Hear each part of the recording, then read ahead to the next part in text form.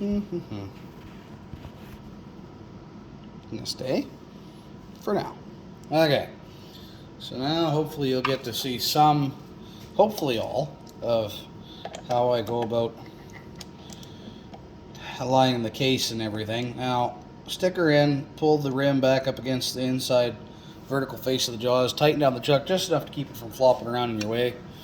Take your dowel, you come in from the back. We've already moved the carriage, the tool, and everything out of the way. Now this is going to be the fun bit. So we lay our chuck key down, we pick up our recording device, get our bloody hand out of the way, we take our dowels, push through the headstock just to keep the case kind of where we want it. You'll notice it's not lined up, but if you wiggle and jiggle her back and forth, she slides right over the mandrel. It doesn't quite come in contact with the front face of the jaws, excuse me, and the drill chuck, so that's good. Now, this probably isn't necessary, but I'm keeping pressure on this piece of dowel, and then we come in here. Woo-hoo. Yeah, this is a disaster in process. We take our tool and we clamp down the tailstock. Now, the reason I'm clamping down the tailstock is because when you clamp down the tailstock on a lathe, things shift. And we want as much concentricity as possible as we can get with this doubtful setup. So I see no reason it won't help. And if you see no reason it will help, well, humor me. Okay, so now we have the tailstock tightened down. We're keeping pressure on this dowel. Now we grab our chuck key. And I do sometimes take pressure off the dowel. It doesn't seem to make a difference, so for ease and speed, I'll probably quit doing that. Then we take our chuck key, tighten it up just firm. Now these cases are really tough. They are excellent. Starline makes excellent tough brass, but I found when I was reforming, I believe it's 5090 to make 8x58 rimmed for a rolling block, military rolling block from the Scandinavian countries.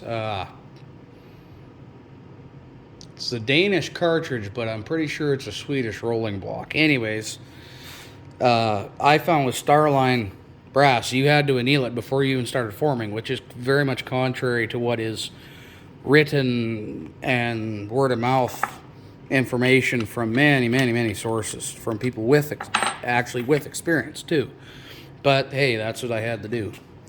So we just loosened off our tailstock, we pulled it out of the way, we pulled our carriage back away from the chuck too far because I'm doing this wrong-handed, trying to talk and work at the same time, and I'm one of those guys that can't walk and chew bubblegum at the same time.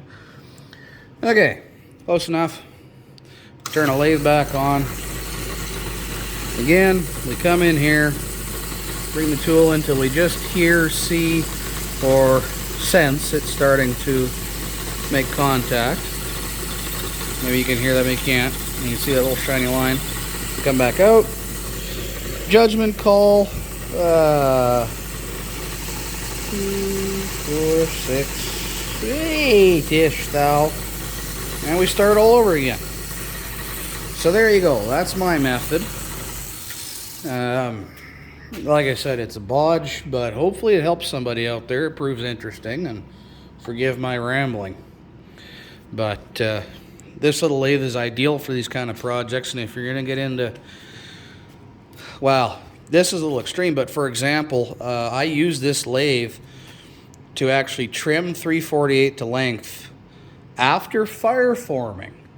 Now, I fire formed the brass, the 3/48 Winchester brass, with 10 grains of bullseye, packed full of cream of wheat with which is the only cream of wheat's good for, you can't eat the stuff, with a toilet paper wad tamped on top.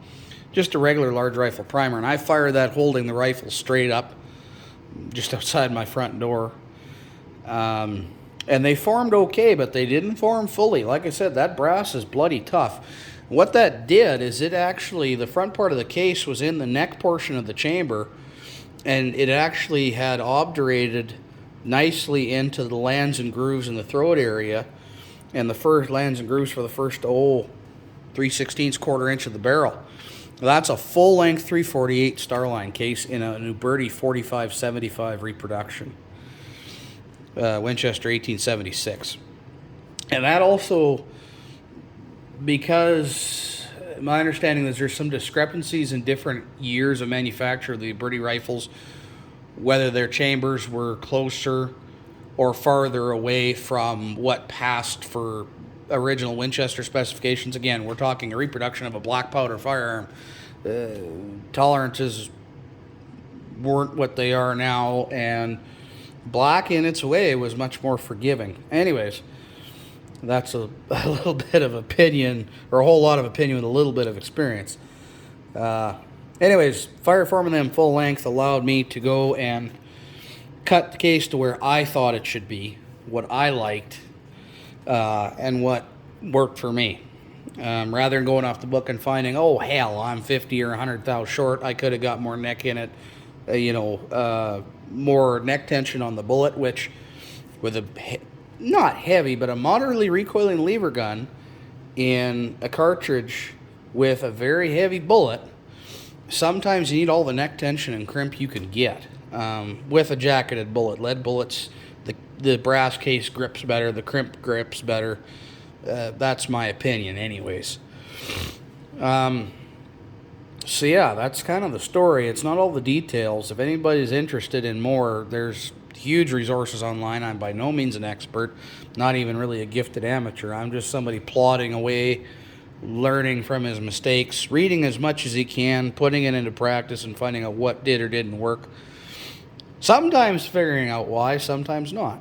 But again, that's my process. I posted a video of cutting these cases off in this lathe quite some time ago. There's been a big break in this project due to ill health, so it's nice to get back to it. You'll notice the podge, that's actually some old newspaper wrapped around the shaft of that.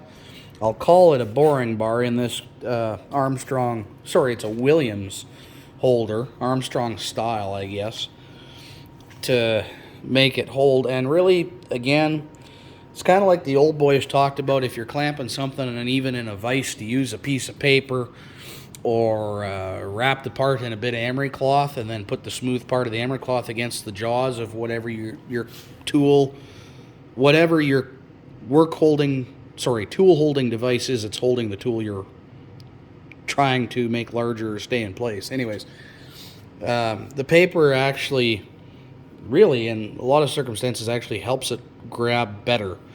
In this case, it's purely a workaround, but like any farmer fix, if it works, it's no longer it's no longer temporary if it works.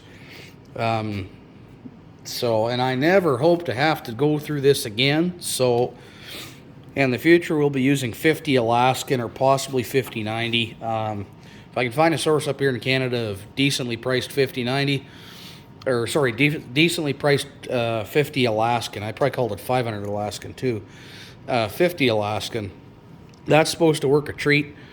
But again, I learned with this 340 experience the hard way. Just because 10 people on the internet say it worked for them, well, if you take a sample size of 10, I'm the one guy that didn't put anything on the internet past this YouTube thing, and it didn't work for me. So that's a slightly less than 10% failure rate of conventional wisdom.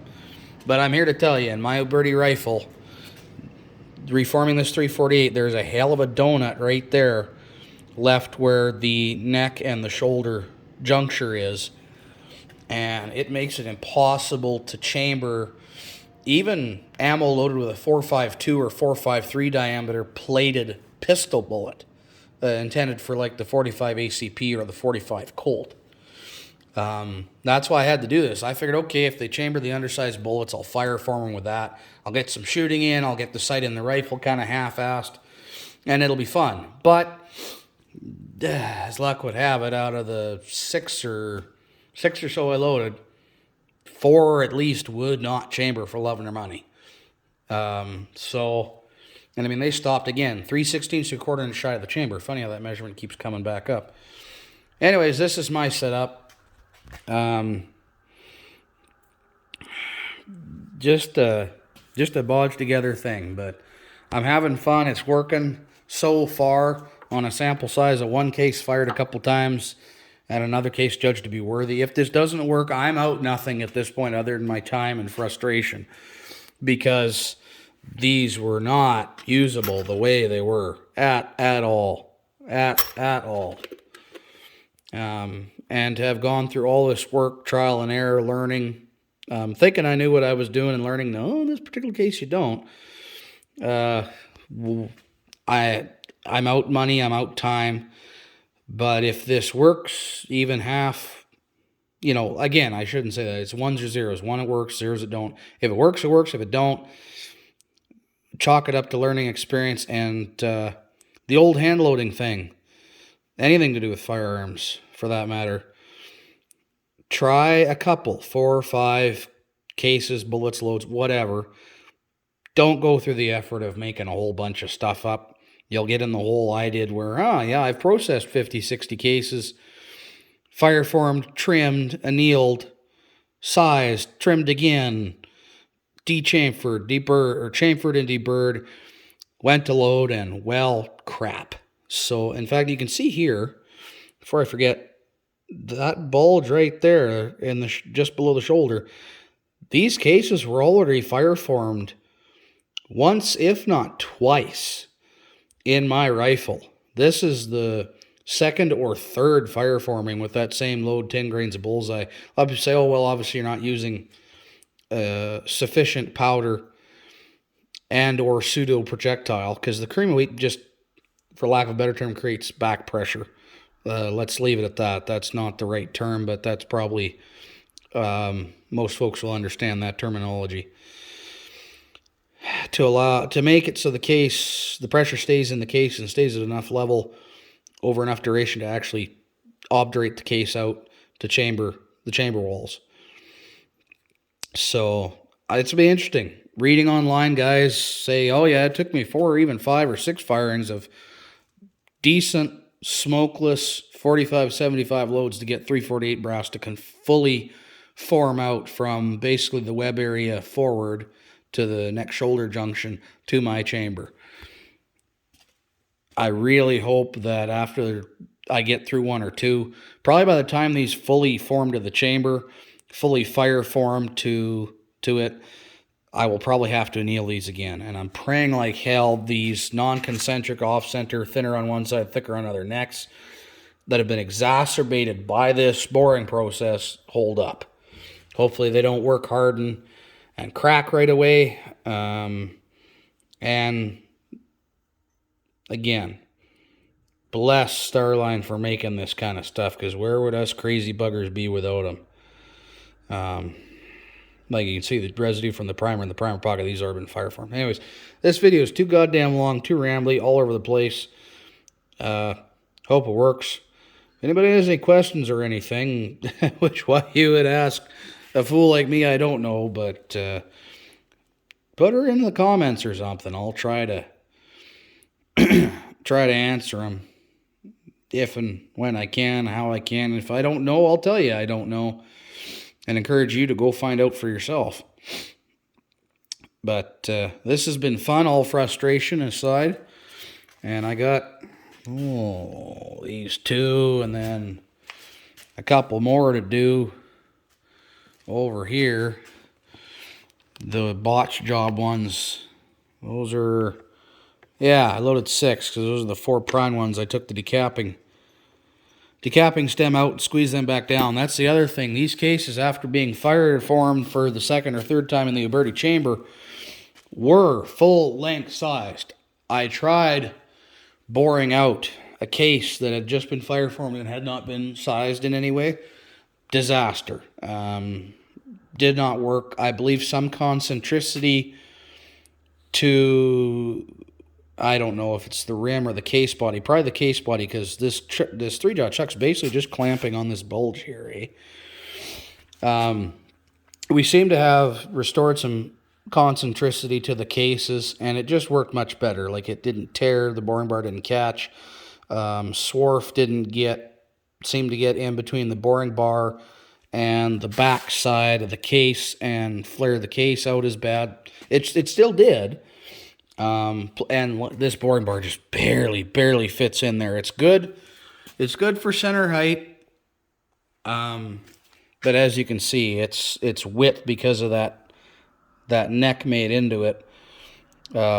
Is really not ideal for this job. But again, this is a hurry up, get her done, get her working, learn from the experience, do it better next time. Again, this mandrel's just a piece of brass. I got a buddy that worked in the oil patch up here, and he was doing wire line, and they used a lot of brass components in their tools for downhole work, for casing perforation and all sorts of stuff. Anyways, bless him, because brass is brass is not cheap. You know, especially since you pretty much have to get it from a hobbyist specialty supplier in this part of the world. Anyways, you buggers in the States that have a McMaster car do not know how lucky you are. Oh my goodness, looking at guys on YouTube that are doing machining projects or reloading or mechanicking or fabrication, machining, anything. Models, engine building, all that stuff. The amount of crap you can get from McMaster Car for your project is just extraordinary. Very envious. Oh, there's another failed attempt trying to use those Chinese carbide boring bars. Too darn big. Couldn't get them on center height with the holders I had. Didn't want to build something or modify what I had. Like this Williams holder, I'm probably only the second guy to use it in its lifetime. And holders for these little Craftsman 6-inch lathes are not easy to come by in this country. But anyways, this is what's working for me. It's a bodge. Better luck to somebody that comes up with a better way. Hopefully they get to avoid all this nastiness. Anyways, signing off now. Hope this helps. Interest. Forgive my rambling.